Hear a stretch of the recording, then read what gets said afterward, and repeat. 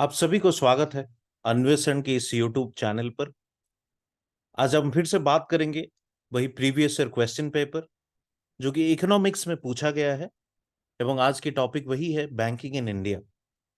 एक चीज आप देख रहे होंगे, पिछले दो वीडियोस में भी हमने वही same topic banking in India के बारे में ही चर्चा किया था। आपको एक चीज तो समझ में आ रही होगी कि बैंकिंग जो सेक्टर है उससे कितने सवाल पूछे जा रहे हैं। लगभग दो वीडियोस हम बना चुके हैं, आगे भी शायद मल्टीपल वीडियोस आने वाले हैं। तो इसका मतलब यह है बैंकिंग ऐसी एक टॉपिक है जो कि हाई प्रायोरिटी टॉपिक्स में आती है यूपीएससी प्रीलिम्स के लिए। तो चलिए आज बात करते हैं कुछ और नए क्वेश्चंस, नए टॉपिक्स के बारे में।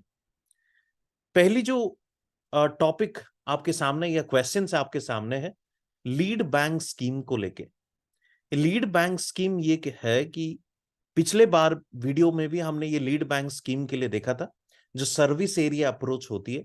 और उसमें मैंने बताया था आपको जो कमर्शियल बैंक के ब्रांच है उसको एक डिस्ट्रिक्ट या पर्टिकुलर एरिया कवर करने के लिए दिया जाता है, जिस एरिया की सोशियो इकोनॉमिक डेवलपमेंट की रिस्पॉन्सिबिलिटी या जिम्मेदारी उस बैंक ब्रांच पे ही होती है।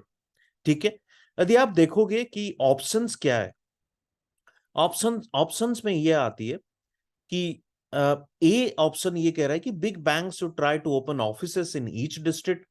बी ये कह रहा है कि there should be stiff competition among the various nationalised banks. Third ये कह रहा है कि individual banks should adopt particular districts for intensive development. And fourth ये कह रहा है कि all the banks should make intensive efforts to mobilise deposits. यदि आप देखोगे ऑप्शंस तो सी ऑप्शन यहां पे सही है। ये स्कीम हम पहले भी चर्चा कर चुके हैं। Lead bank scheme is something related to service area approach, और उसकी जो ऑब्जेक्टिव है that every bank branch has been given a district for the intensive development, all types of investment, all types of development, sorry. So in terms of आप बोल सकते हो कि financial inclusion हो, लोगों की बैंकिंग सर्विस लोगों तक पहुंचे, इस सारी चीज में रिस्पॉन्सिबिलिटी किसकी होगी? उस बैंक के ब्रांच की होगी। चलिए आगे बढ़ते हैं। अब देखिए बैंकिंग इन इंडिया में जो सेकंड क्वेश्चन आज के वीडियो में है वो पेमेंट बैंक को लेके। Payment bank is being allowed in India to promote financial inclusion, which of the following statement is correct? आप इस तीनों स्टेटमेंट को देखेंगे आप। पहला स्टेटमेंट क्या है? Mobile telephone companies and supermarket chains that are owned and controlled by residents are eligible to be promoters of payment bank. ये पेमेंट बैंक शुरू कब हुई थी? यदि आप देखोगे 2014-15 में एक कमेटी बनी थी, नचिकेत मोर कमेटी। ये नचिकेत मोर कमेटी क्यों बनी थी? क्योंकि नचिकेत मोर कमेटी को बनाया गया था फाइनेंशियल इंक्लूजन की स्टेटस को जानने के लिए। What is the status of financial inclusion in our country? तो नचिकेत मोर कमेटी के जो फाइंडिंग्स थी या रिकमेंडेशन आप बोल सकते हो कि हमें फाइनेंशियल इंक्लूजन को स्प्रेड करने के लिए, ज्यादा से ज्यादा लोगों को बैंकिंग नेटवर्क के अंदर लाने के लिए हमें क्या करना होगा? हमें और ऐसी बैंकिंग सर्विस प्रोवाइड करनी होगी जो कन्वेंशनल बैंक से अलग हो। आप देखेंगे जो नेशनलाइज्ड हुई थी बैंक कब हुई थी? 1969 में पहली दफा हुई थी। सेकंड हुई थी 1980 के समय में। इसकी प्रायोरिटी या मेन ऑब्जेक्टिव क्या थी? मेन ऑब्जेक्टिव ये थी कि लोगों तक क्रेडिट फैसिलिटीज को, सुविधाओं को पहुंचाना था। तो ये नेशनलाइज किया गया था। बट बाद में ये चीज रियलाइज की गई कि जो even if they are the government bank, public sector bank, but कई जगह ऐसे होता है जहां पे कॉस्ट, ऑपरेशनल कॉस्ट हाई होने की वजह से बैंक्स वहां पे अपनी ब्रांचेस या सर्विस प्रोवाइड करने के लिए थोड़ा रिलक्टेंट होते हैं। तो ये सारे चीज को नजर में रखते हुए पेमेंट बैंक सिस्टम को डेवलप किया गया।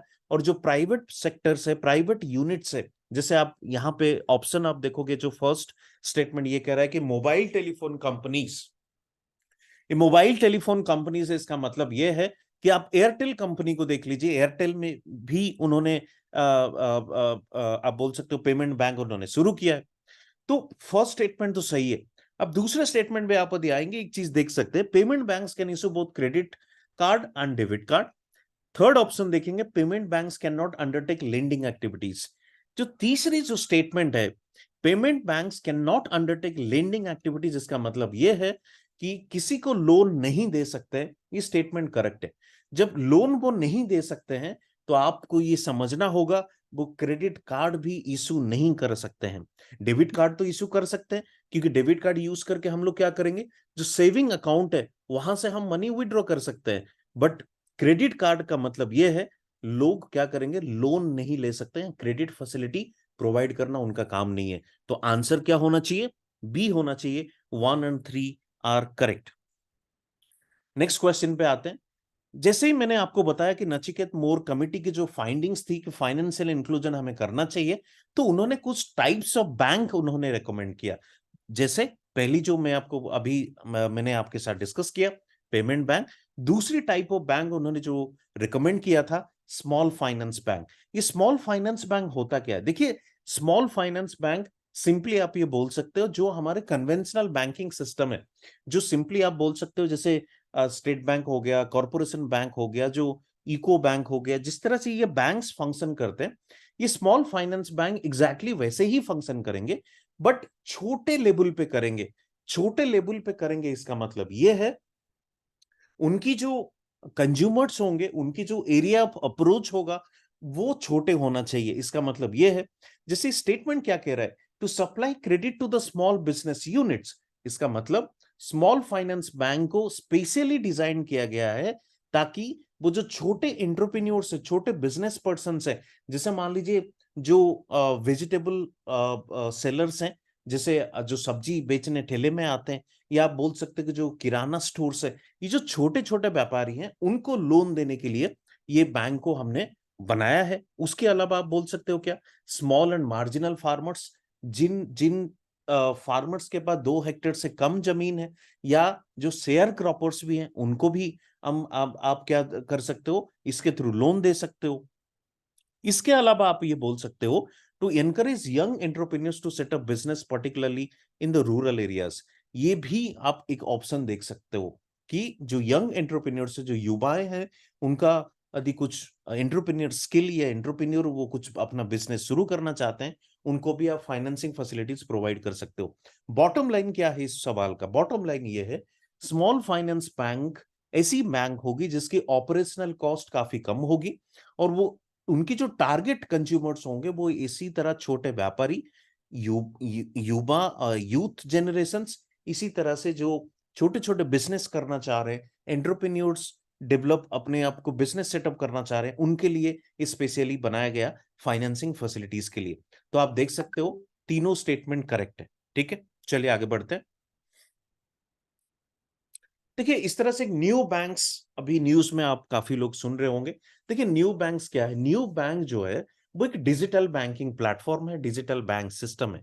देखिए जो एग्जिस्टिंग बैंक्स आपके हैं, वही लोग क्या करेंगे, एज ए न्यू बैंक वो लोग ऑपरेट करेंगे। ऐसा कुछ नहीं कि कोई नया बैंक आके या कोई नई कंपनी आके बैंक शुरू कर देगा। तो बेसिकली जो फिनटेक है या फाइनेंशियल टेक्नोलॉजिकल जो फॉर्म है, वही लोग ये डिजिटल सर्विस क्या करेंगे, प्रोवाइड करेंगे। लाइक पेमेंट हो गया, डेबिट कार्ड हो गया, मनी ट्रांसफर हो गया, ये सारा कुछ। सिंपली आप बोल सकते हो कि नियो बैंक ये होती है जहां पे ब्रिक्स एंड मोटर या कन्वेंशनल बैंक ब्रांचेस आपको देखने को नहीं मिलेंगे, वो सिर्फ वेब पे ऑपरेट करेंगे। ठीक है, तो इसलिए आप ये बोल सकते हो ये है नियो बैंक। चलिए आगे बढ़ते हैं। देखिए फाइनेंशियल इंक्लूजन की क्या क्या ऑब्जेक्टिव्स है। क्वेश्चन ये पूछा जा रहा है कि जो बिजनेस करेस्पॉन्डेंट है वो है क्या, या बिजनेस करेस्पॉन्डेंट जो है उसकी काम क्या है इन ब्रांचलेस एरियाज।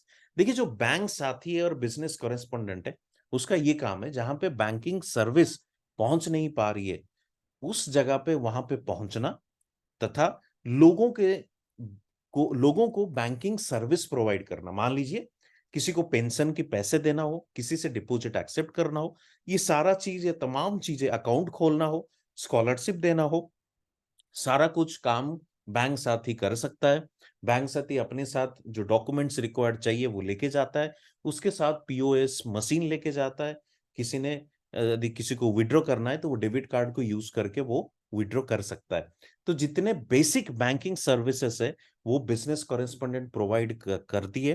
कहाँ पे, एट द डोर स्टेप। तो लोगों को बैंक के पास आना नहीं है, बैंक को उनके सामने या उनके पास जाना है, ये ऑब्जेक्टिव है किसकी? बैंक साथी और बिजनेस कॉरेस्पोंडेंट की। ठीक है, आगे बढ़ते हैं हम लोग।